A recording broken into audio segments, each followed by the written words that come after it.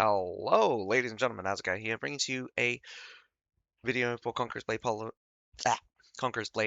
published by Paris Interactive. This is going to be the update log for January 22nd, 2026. We've got a lot of things to go through, so let's just go straight through it. And of course, the most interesting things are going to be the balance changes, which is the second part of this video. Straight off the bat, we have APAC going to have their maintenance at 1400 to 1700 UTC plus 8. EU and AMS is going to have theirs at 0700 10 and 1000 UTC plus 1. The maintenance is expected to last 3 hours. Could be longer, depending. You get 8,000 bronze coins, 300 honor, and 15 unit medals. Now, we have the all or nothing event returns for a limited time. Of course, all or nothing mode is winning consecutive battles gain stars. However, a single defeat will reset all accumulated stars to 0.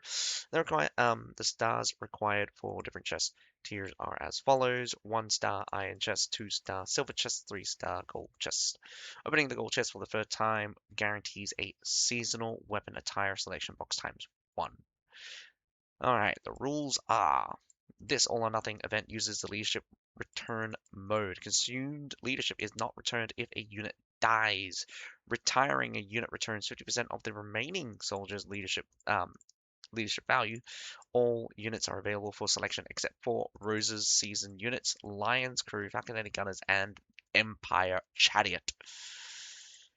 Equipment units and oh my goodness, they actually removed it. I thought they would. I thought they wouldn't. Interesting that they actually banned it. Equipment units and artilleries are provided by the system. Hero equipment provided in this mode is reforged.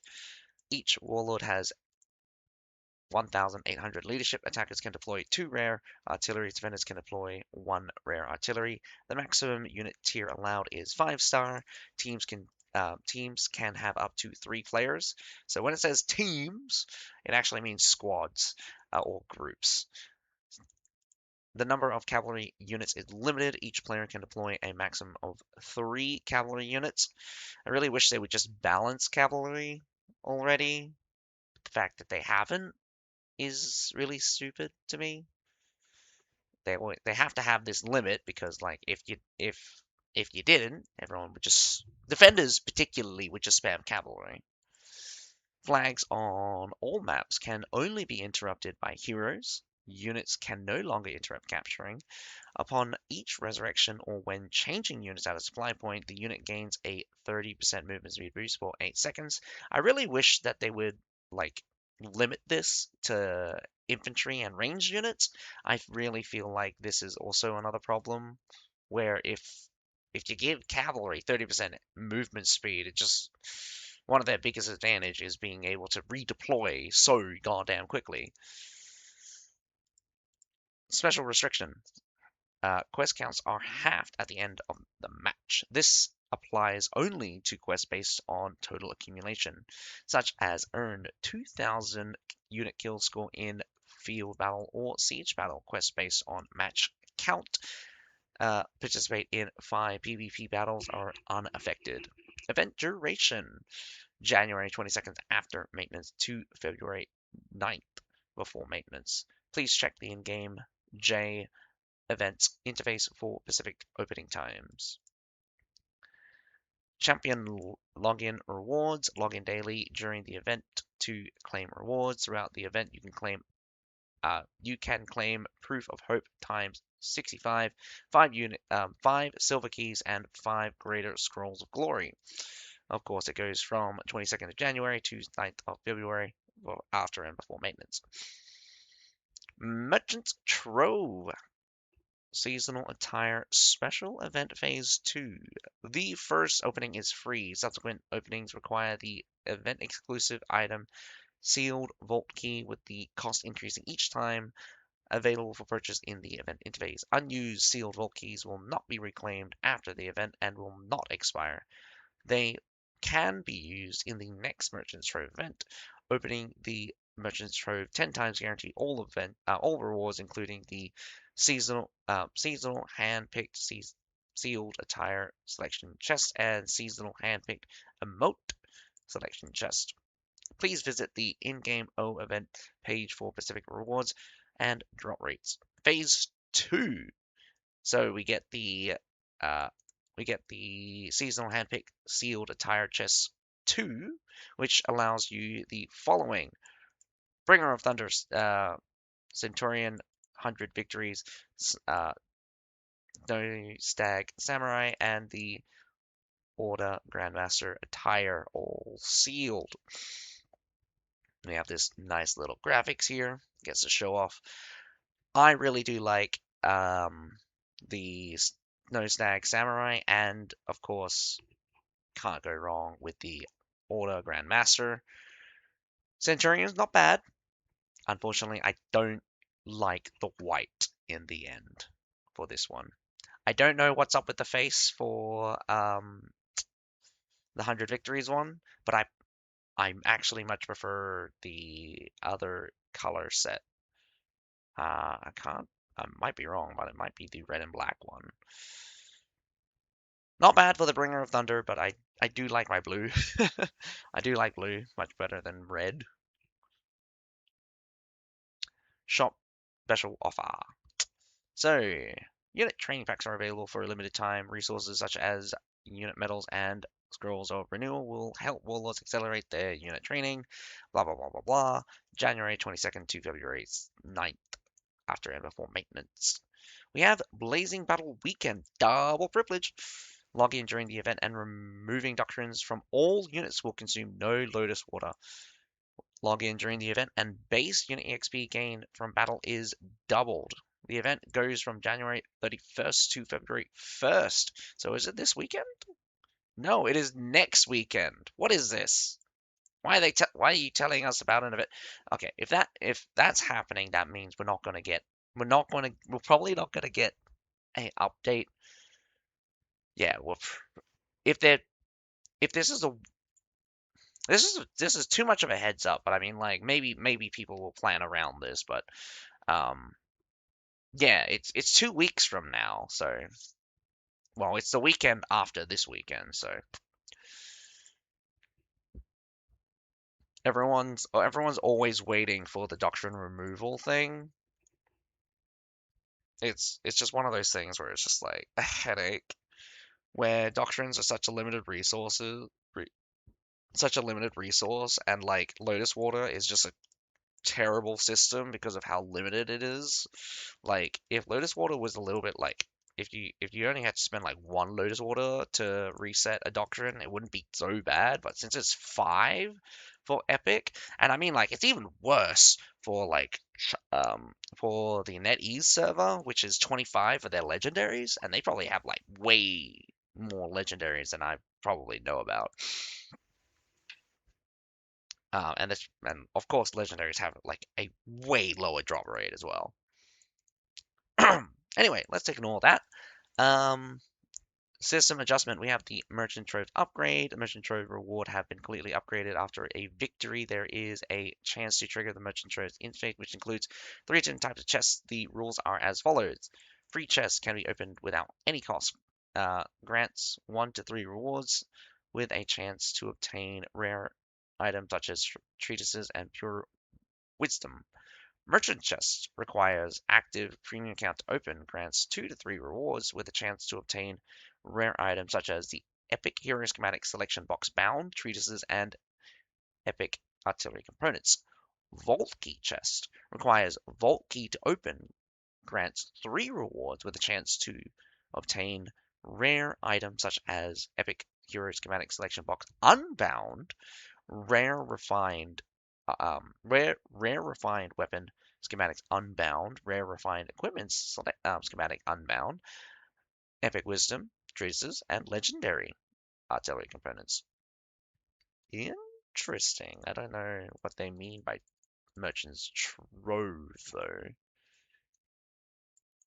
Is that different from this thing? Or is it the same thing after victory? Interesting. So like, is it a twofold this system? Like this merchant trove thing is the same, is like using the same interface? We're gonna have to see. We're just gonna have to see. The weekly opening limit for each of the three chests is 15 times, resetting every Monday at 0 hours.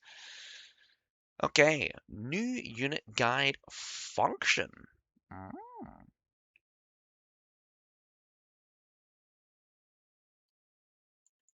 Oop, what have I done? What is that happening underneath? Give me 2 seconds.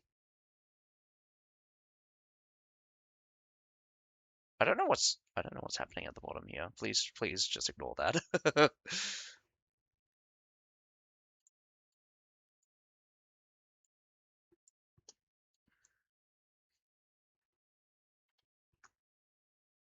Oh, that is so weird.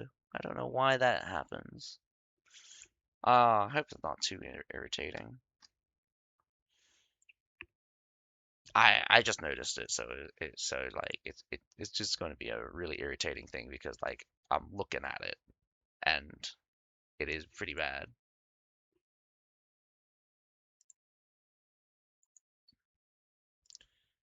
Ugh, god damn it.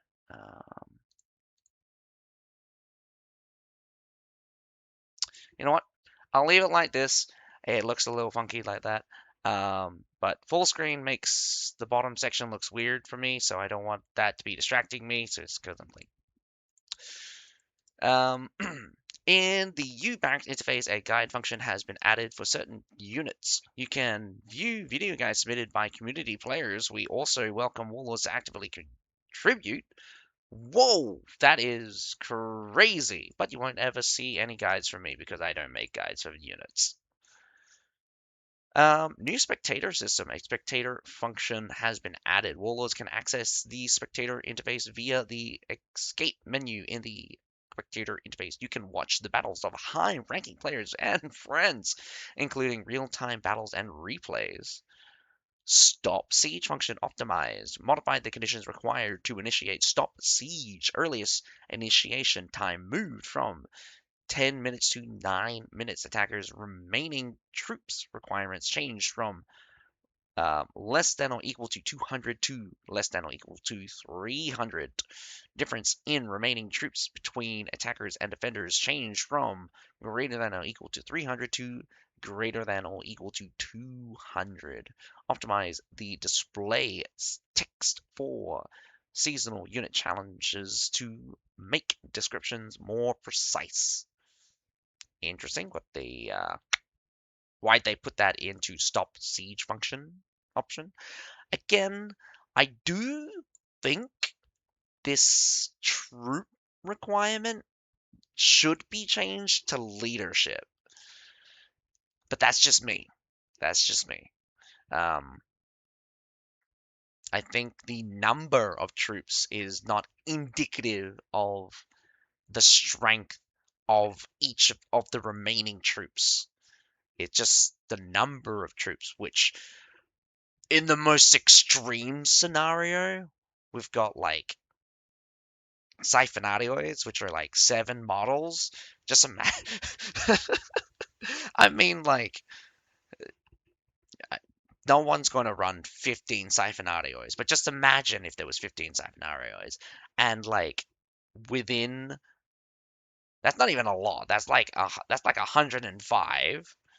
That, am I counting correctly? Yeah, it's like 105.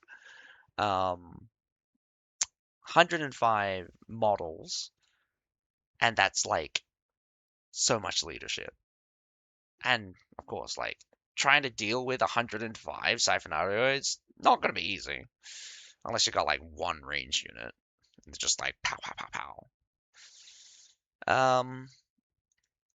Map adjustment. I'm Wick Castle. I'm just gonna call it Wick Castle. Alm, Wick Castle. Oh man, I'm bet I'm gonna get like people who from England just gonna be like, you don't know how to pronounce this word. I'm sorry if I pronounced it wrong, but Um, Apparently, it has been added to the Siege Battle matchmaking pool, and the balance adjustment is after capturing C point, a new supply point will be created, offering more options for attacking the base area. Thank goodness, attacking the base area after capturing C is actually really hard. Um, Adjusted the attack angle of Trebs to improve coverage over the base area. I actually kind of like the base area of how like untrebbable it was. Strengthen the defense of point B and its supply point. Interesting. Um, the rewards.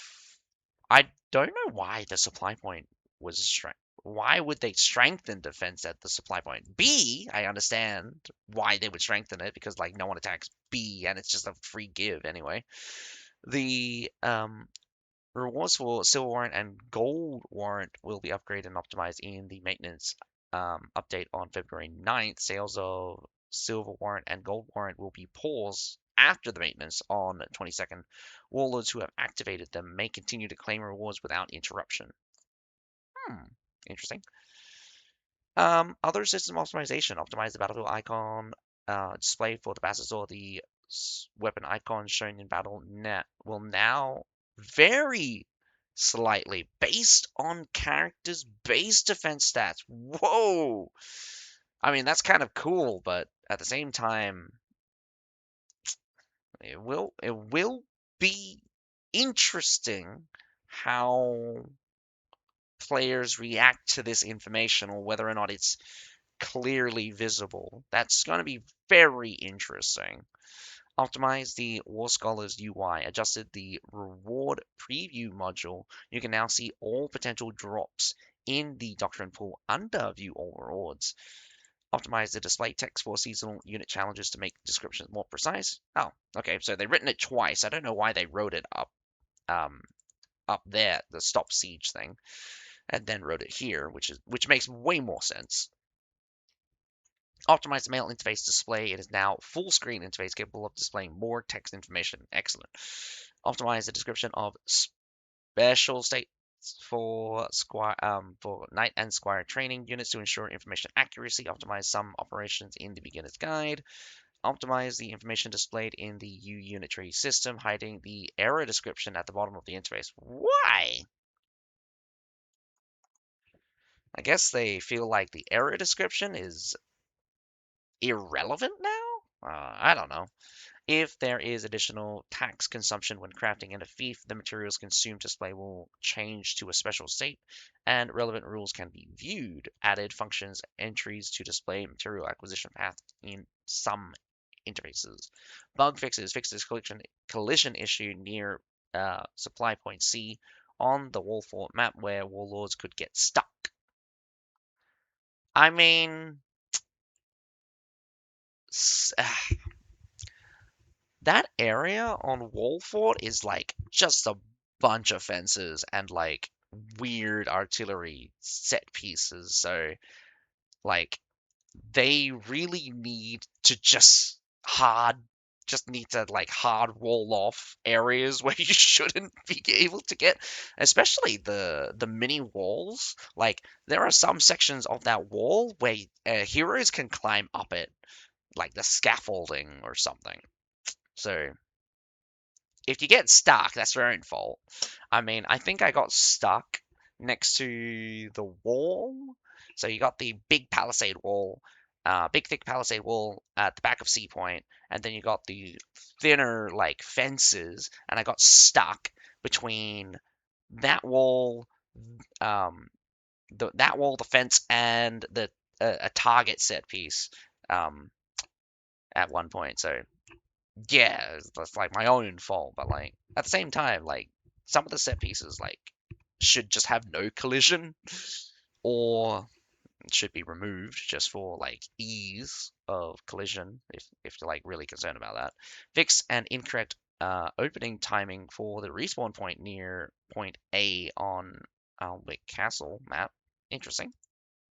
Incorrect opening timing for the respawn point. Huh. Does that mean we were okay? So it probably just means that we they were able to respawn near a point A, and it was not supposed to be opened until after point A gets captured or something like that. Fixed a collision issue on Alnwick Castle map where warlords could get stuck. No idea what part of the map they're talking about. Fixed an issue with floating models on Alnwick Castle map. Fixed an issue where extra artillery was present on the Alnwick Castle map. Oh, that's interesting. I kind of like the number of artillery on it, especially like the 5 cannons facing on the 5 cauldrons facing on the wall. The wall cauldron, unfortunately, is just for the defenders is like impossible to hit from the ground. So I'm kind of pissed about that. All right, now on to the actually interesting part, which is the unit balance adjustment. These two, I'm not sure how to feel about. Honestly, I don't particularly like anti-type bonuses, but they are what they are. I particularly don't like this whole counter logic for a lot of things. They just make things harder to balance because of forced matchup. Um, because of forced because of forced yeah, because of forced matchup outcome things. I'm saying a lot of words, but what I mean is that I just don't like how counters work in this game, where they're not intuitive, rather they're explicit. Um, and explicit and overt. So, Vassal Longbowman, the effect of the veterancy node precision training has been changed. Increases damage dealt to ranged units and javelin infantry by 40%. Royal Longbowman, the unit trait long range has been changed. Deals an additional 700 piercing damage to ranged units and javelin units. So the only thing you need to know for the Vassal Longbowmen, their top line veterancy gets changed from just ranged units to include javelin infantry, and the Longbowmen got increased from 500 to 700, and it also includes javelin infantry as well. So there's that. Liao Rangers. Base max health is going from 8,413 to 9,334. Bludgeon's cooldown is going from 15 seconds to 13 seconds, and Bludgeon's duration going from 8 to 4. Okay, that's actually new. Um, Interesting. That means they'll only be able to attack twice, is how I understand that works. I think that's actually a big nerf. Um, or maybe not. We'll have to see. They didn't have that on the PTR, so I'm really wondering how that's gonna work out. Uh, it's an interesting change, nevertheless.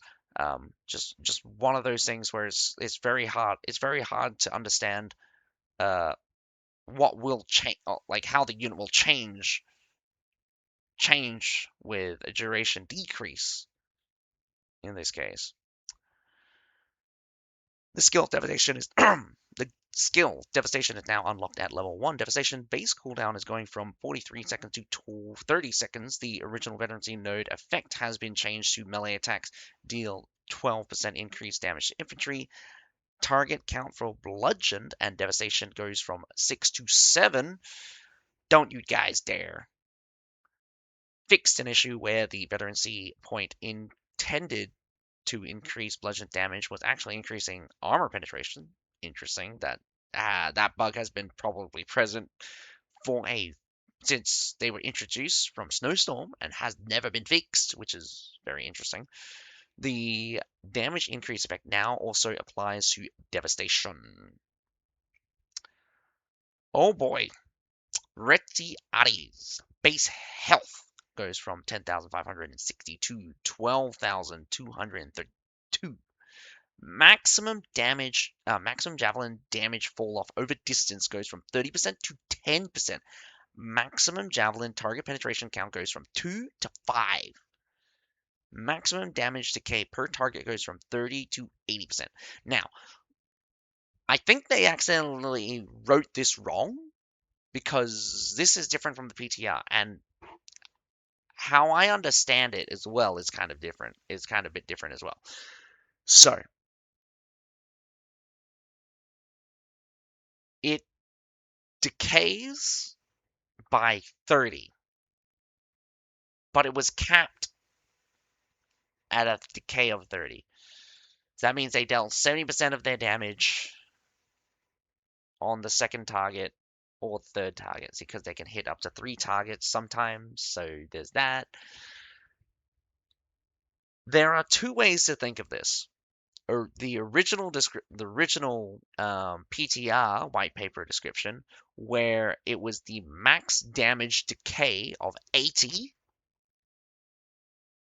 meaning that they will deal a minimum of 20% of their damage after hitting however many targets in order to hit that minimum.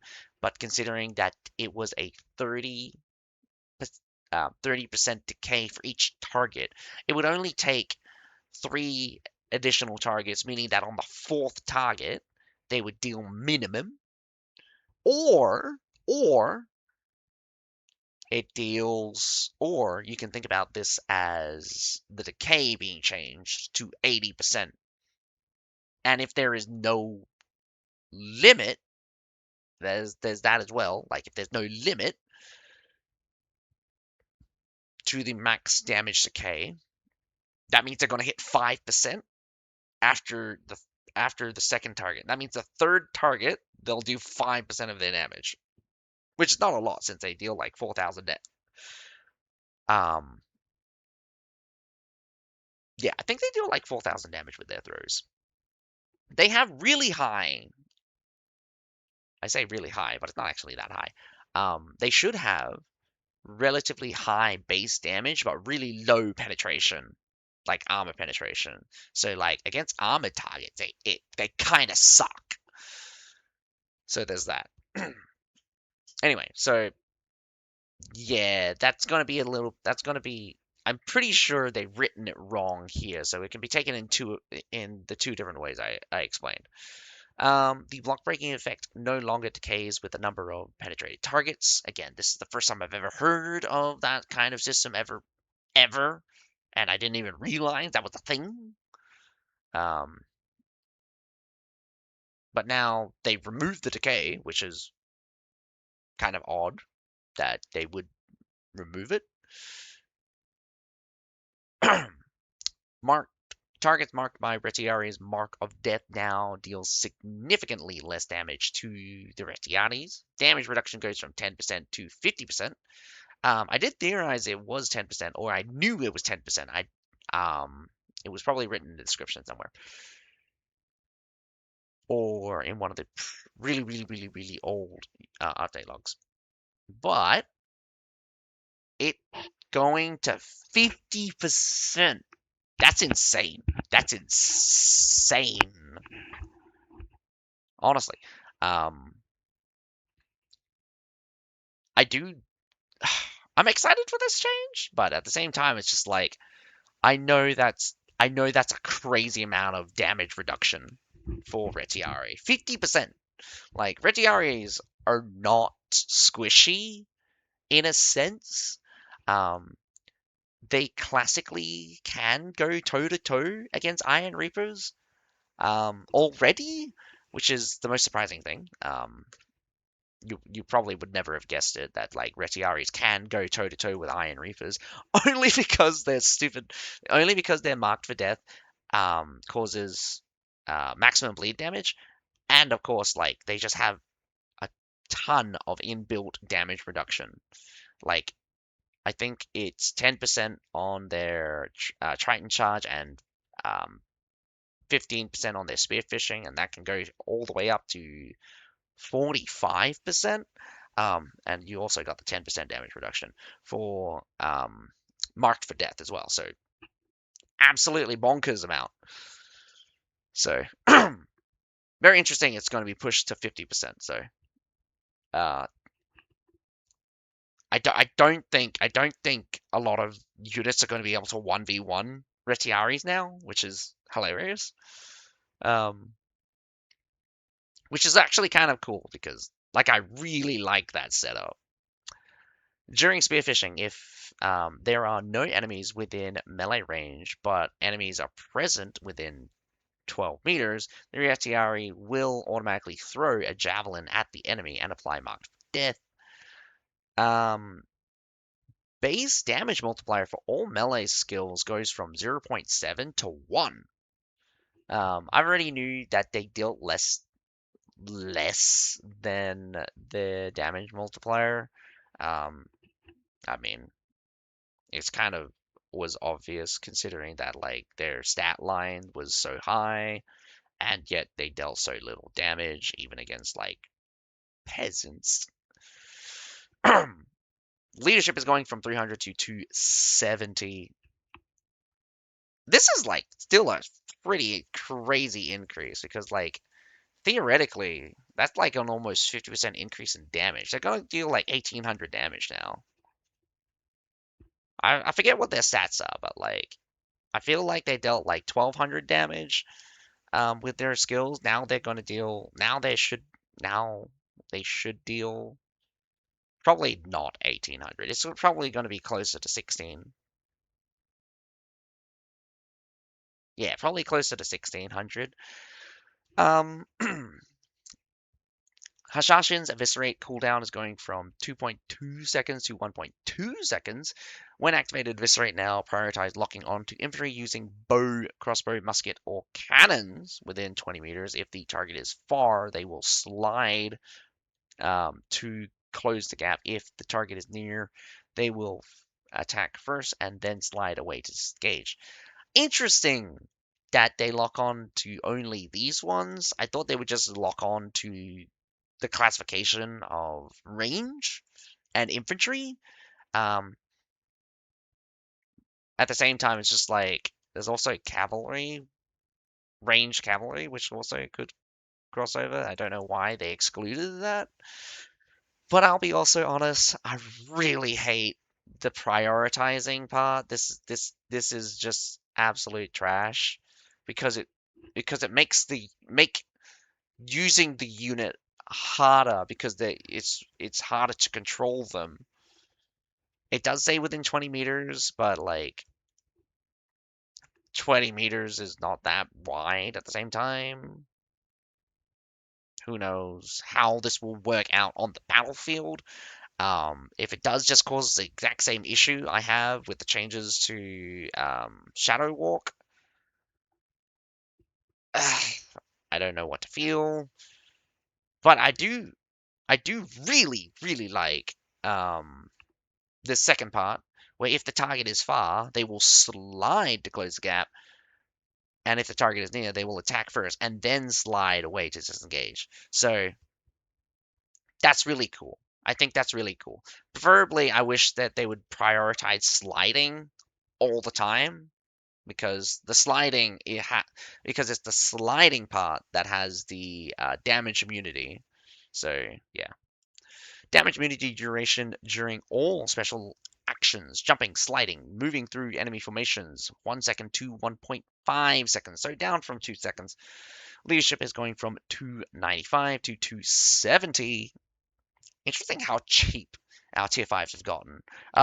It's also cheaper than even Daggerrank Lancers, which is an honorary tier 5 at this point. Cataract Lancers base max health going from 7,500 and 5 to 8,321. Base piercing damage from 961 to 1,110. Surprisingly, that change actually increased their damage a lot more than I thought it would. Um, do I think it's enough? Probably not. I'll be honest, you're just running into an issue where somehow Cataract Lancers are just utterly useless in both capacities, whether or not it's just generic charge or rally to me, Daggerack Lancers are just way stronger, and just regular charge. Every other Lance Cavalry except Daggerack Lancers are better at a regular charge, which is hilarious and really goddamn stupid. um, oh, and Benevia's Ranger, but no one talks about those guys because they're trash. Rally to me, AI adjustment. If attacked while performing rally to me, the unit will immediately charge at the current target before resuming the follow charge until the command ends. Now, I haven't really been able to test that part.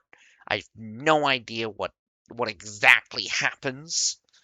Um, so again, we could see some unexpected performance because of that change.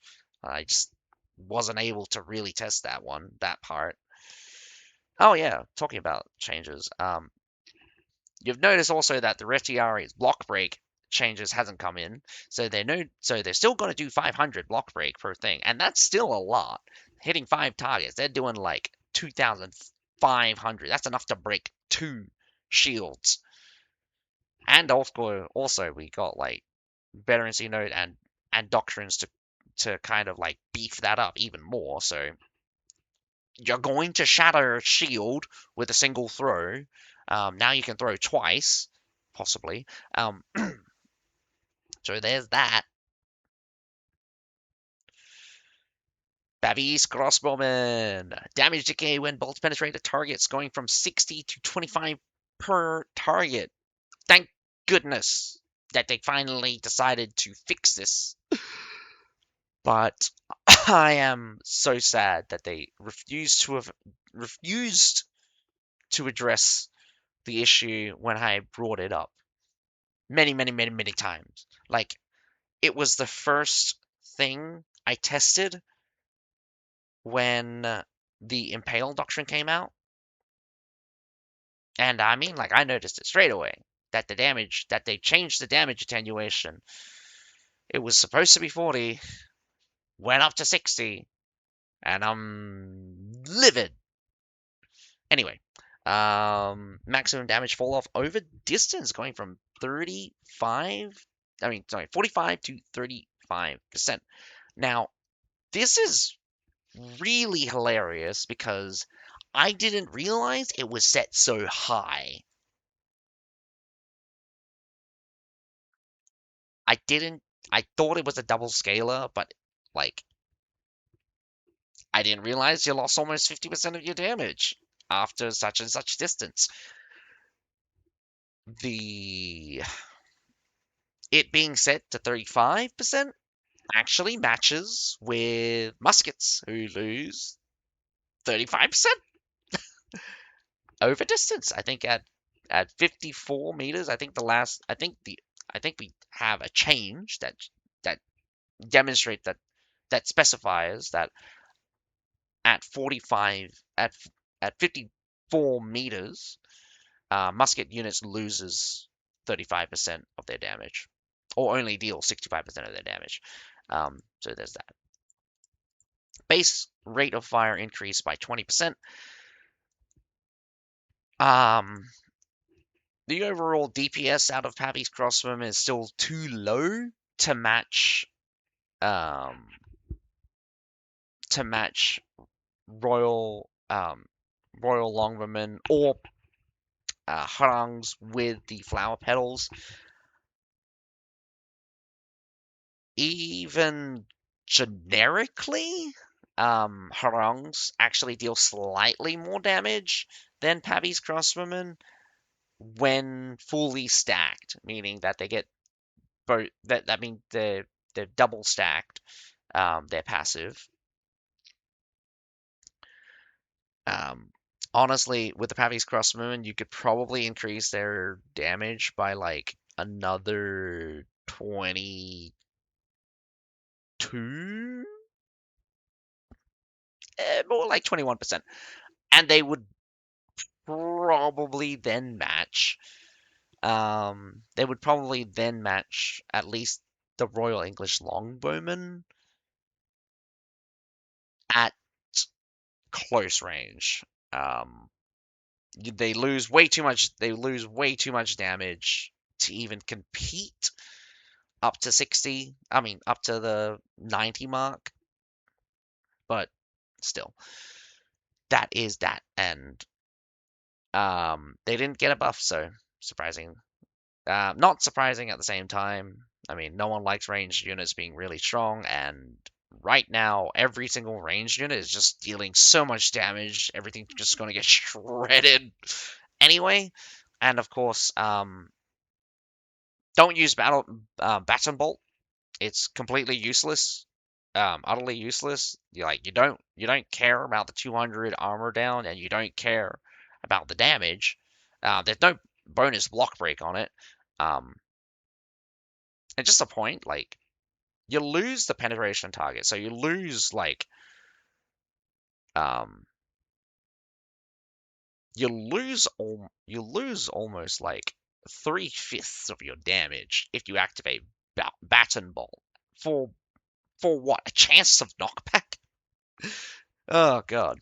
You have a better chance of just killing the unit than knocking them back briefly. Iron Reapers base health increased from 7,540 to 8,051. Base slashing damage goes from 1,408 to 1,572. Shock base cooldown from 45 to 35. Tiger Step base cooldown going from 40 to 30. When attacking with flails, light attack number count 3 to 4. Charge attack target count 3 to 4. Heavy attack wind up time reduced by 20%. This is actually insane. Actually watching them in action is actually kind of insane of how fast they feel now that this heavy attack wind up has been reduced so much. And they do their heavy attack a lot. But this is only unlocked if you this is only unlocked when you use the thing, which is really weird because um I'm pretty sure it increases the target count of the attacks by 1. So like it's really strange how that +1 works. So I forgot to test whether or not that +1 still makes the target count go up 1, and whether or not like the heavy attack is actually 5, or is it just 4 and they screwed up and like the heavy attack should be 5. And if it still affects the other, if it still affects the other 2 attacks, that means it's dropping that effect. Wow, that's a lot of things to think about, and I didn't test it at all. Ugh. Hopefully someone fixes it out because I mean, like, that's a bit of testing that I can't be bothered to do sometimes. Leadership goes from 300 to 285. Queen's Knight base health increased from 6,630 to 7,080. Attack strength, bash, and thrust will now attempt to hit as many targets as possible. The target count for the initial shield bash goes from 1 to 2. Leadership goes from 295 to 280. This is actually very surprisingly super stupid strong. The shield bash does redonkulous amounts of block break. I think it's an instant pierce plus like 1,000 block break. So that being shifted to 2, you can pretty much shatter an entire stalwart with Queen's Knight, but whether or not it works out like that is another question. Also, like whether or not they won't get CC'd out of the damn thing is also just another thing, which is really annoying. Again, shouldn't get parried, shouldn't um, should remove days. Like, come on. At this point, like every single tier 5 unit should be immune to days. Zorai Handlers. Base health going from 7,071 to 7,778. Base slashing going from 1602 to 1800. Remove the predictive aiming lead from Knight's Gambit attacks, ensuring each attack hits as many enemies as possible. I'll be honest, this change is actually not as good as I would want it to be. Still good enough. Still good enough if you just dry fire it. However, if you want to, if you're still gonna have to force the Zweihanders into the enemies if you want to get maximum performance out of these guys, they're just way too far. They're just way too far away for their Knight's Gambit combo attack to even hit properly. Unless the enemy walks into you, you're not going to deal very much damage with it. Tertiary Arquebusiers. Base rate of fire increased by 20%. We got base piercing damage going from 2,748 to 2,927. Leadership going from 280 to 270. This is very strange why they would reduce the leadership as well, considering how strong Tertiary Arquebusiers end up after a double buff like this. Like terrestrial arquebusiers in the first place were not that weak. Um, they just get outcompeted by like harangs because of distance, and of course, like now, well, also damage output. But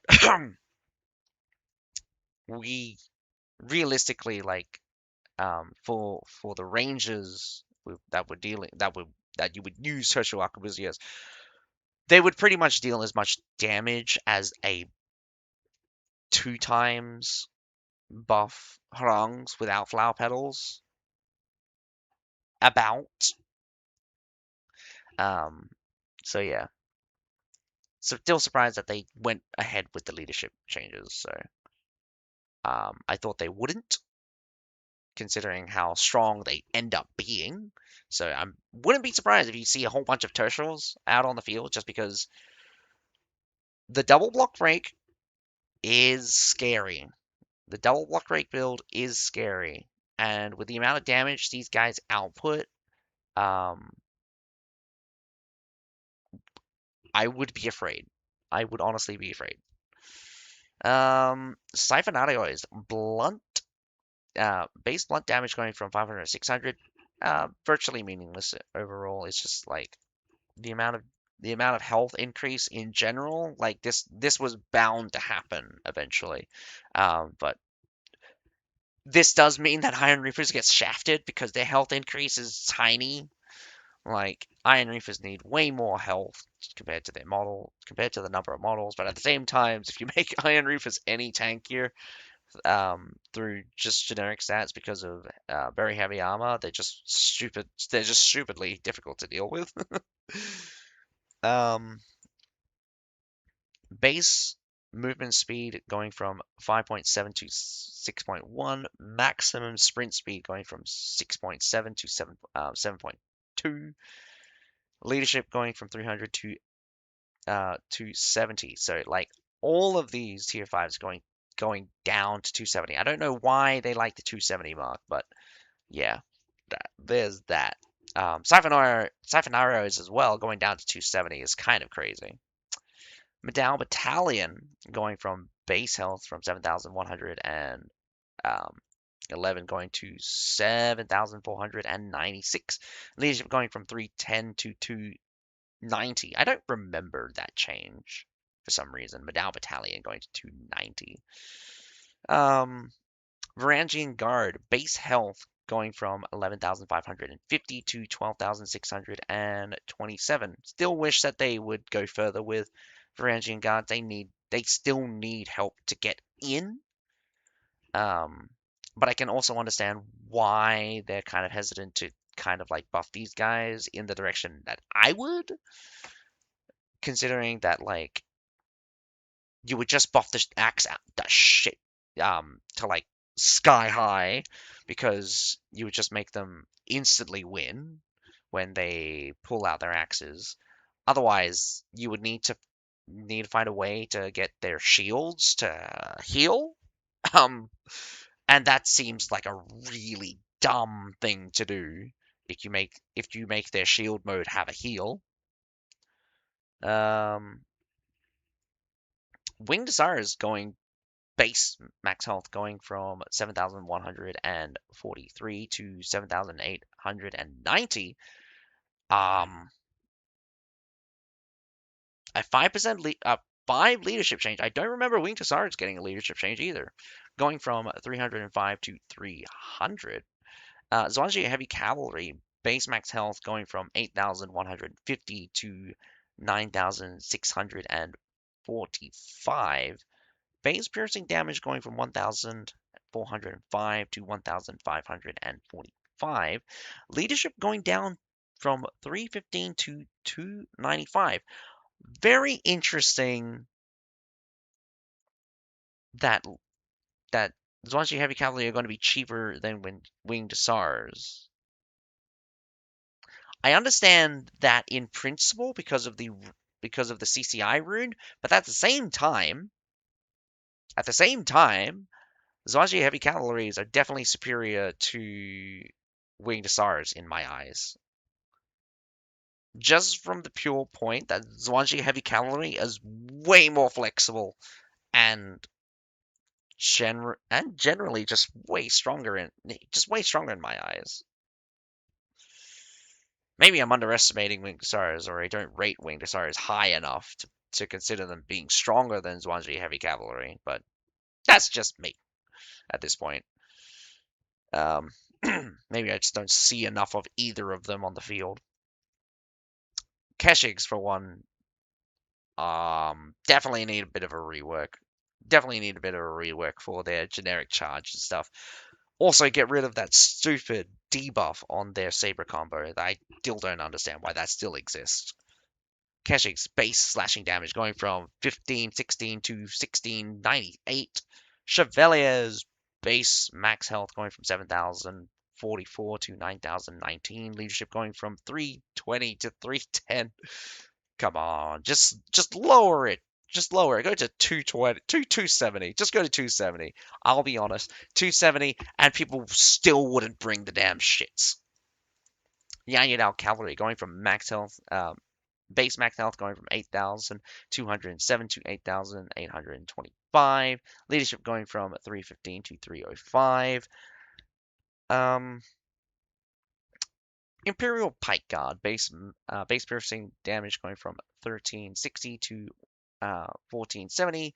Advanced piercing damage multiplier going from 0.8 to 1. When Loyal Strike hits an enemy, it now applies the damage boost effect of Advance.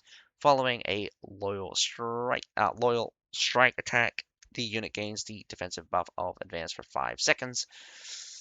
Axe Raiders base max health going from 7,470 to 7,829. Would definitely increase the health a bit more than that. Base slashing armor penetration going from 1,480 to 1,560. Base slashing damage going from 1,377 to 1,497. Axes thrown now deal 100% blunt damage. Maximum axe damage fall off over distance going from 30% to 10%. Galahad Spearman charge javelin throws no longer suffer from distance fall off and can penetrate 2 targets, dealing 45% damage to targets after penetration. This actually honestly feels really good. Still, I would have probably have changed the 2 additional targets thing to like an actual damage attenuation thing. It's actually doesn't matter in the end, really, but just for the sake of consistency, I would have done that. Mermiolona is going from 28 to 32. Honestly, not significant in my eyes. It's just a slightly tougher punching bag.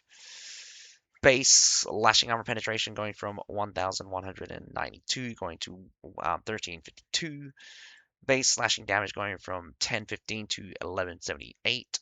Base blunt armor penetration going from 1040 to 1310. And base blunt damage going from 774 to 902.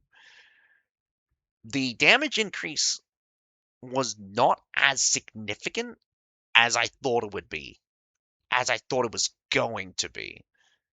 Maybe because the maybe it was because how the ratios work out. Um, it ended up being a lot lower.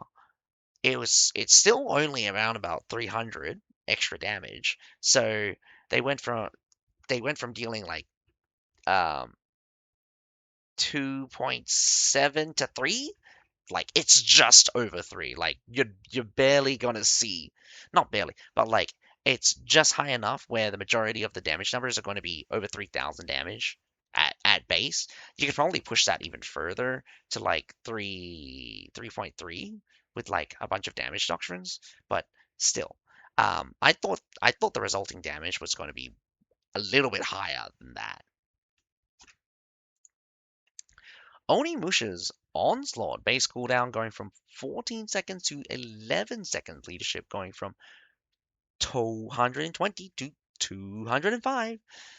The changes to the cooldown did end up more interesting than I gave it credit for because it really actually does open up the veterancy line.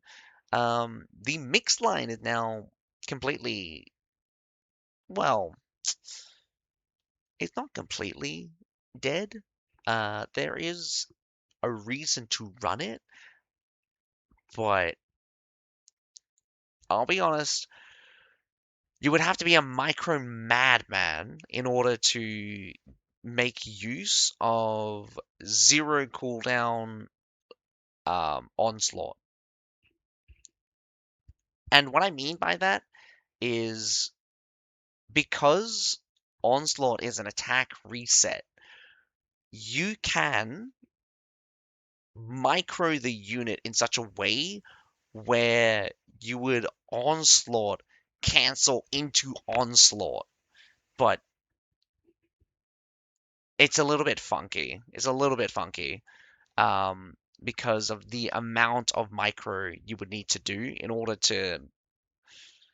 It's more effort than it's worth, in my opinion. But at the same time, I don't want to I don't want to understate how strong it is because, to be honest, if you're really good at microing your unit, um, and you get a good awesome flank with Onimusha, you'll just watch them decimate a unit, and you're just on to the next unit already, like in a blink of an eye, because they also get 30% movement speed after activating a skill for 5 seconds. So it can be really scary if you know what you're doing. It still sucks against shields though. So you never want to face something off against. You never want to face off against a shield head on. Um, Anything without a shield will basically get decimated by these girls. We got Krieg's Brothers. Base max health is going from 7,235 to 7,807. Armature Lancers is going from base max health is going from 7,895 to 8,200. Base piercing damage going from 989 to 1,068. Ah, man, poor Armature Lancers definitely need an update. Crescent Monk Leadership going from 220 to 210. Again, I don't see these guys. I don't see these guys enough, and honestly, they're kind of good. I think they're just not used a lot. Fortibashio Pikeman Leadership going from 220 to 210. Fortibashio Pikemen are just trash in my eyes. They're just really terrible against shield. They don't do very well against cavalry, and also their mastery was terrible. Imperial Spear Guards, leadership going from 230 to 215. Not a surprise here, it's just a big old punching bag. It's really impossible to deal with, honestly, but no one wants to run it. No one wants to run Imperial Spear Guards, even though I got trashed by them just recently. Um, Spear Spear Sergeant's going leadership going from 220 to 225. I only a 5 increase. Honestly, I probably would have pushed that a little bit higher to like 230. I don't like Spear Sergeants mostly because they're just a setup for like a bunch of things which are obnoxious. The 3% healing, the block, 3% healing, the block, the and armor, the armor penetration debuff. All three of those things are just obnoxious to deal with. Um, of course, like you can get past the block with shield breakers, but like my goodness, the number of times I'm losing units to spear sergeants because I just simply cannot damage them after they hit me for a bit is obnoxious. And of course, the 3% healing made me feel like I'm doing nothing because they are always at max health. So yeah, really frustrating to deal with. Javelin Sergeant's leadership going from 220 to 240, so they did pull it back. It was going to be 255. I probably would have kept it at slightly higher at 245, but I do like a clean number at 240. I think 240 is a really good number. I think all tier 4 should just be 240. But that's just me. I would have standardized leadership in general. These differences in leadership just kind of does my head in because first of all, warbands. Yeah, this actually limits the number of unique warbands you can build depending on the units you choose, and you're going to have your core units that is going to be your go-to units. So you just end up you just end up with like very inflexible setups because you're gonna have to have more units at similar or at the same leadership value. There's definitely a lot of units at the same, like the tier fives now. They're all going to 270 now, so there's that. Um, but we've got for tier 4, we got quite a few different. Even just a 5 leadership difference can mean not being able to bring it versus being able to bring it. And I know what you're gonna say. Oh, these leadership things make choosing units like somehow makes it smarter. No, it fucking doesn't. It doesn't. What it does is that it just makes setting up your stupid warband stupid because you want to use all your leadership or you don't end up using all your leadership. You just choose units you like, and you normally choose the units that are stronger than their leadership would imply because we're all going for like cost efficiency for half the time. That's why Rattans are just stupid and everyone brings them, or everyone would want to bring them if they could, but a lot of people much prefer 3 strong units rather than like a bait unit. Rattan Pikeman is a bait unit, but like you see enough of them where you know it's basically a clutch unit. It's a clutch unit. Uh, I use them honestly. They they really just carry my ass a lot. Anyway, that is everything for the update log and the unit balance adjustments. Tell me, are you guys excited for these changes? I'm really ready, totally ready. Try out the new Retiatis. I mean, we have two big changes, which is the Liao Rangers and the Retiatis. Everything else is basically minor adjustments at this point to me. The Hashashins, I really couldn't give two shits about, mostly because I hate Battlefield Assassins and how they're done. At the same time, it is enough where it's extensive enough where it should be interesting. So um, I will keep an eye out if people use the Shashians, and I will want to do a couple of tests, especially figure out this AI thing. Not that I would probably be able to do that in a testing scenario. It would just kind of be in a battlefield scenario. But anyway, I hope you guys enjoyed the video. Other than that, my name is Asuka. Have a nice day. Bye for now. Did I lose my... Oh, there it is.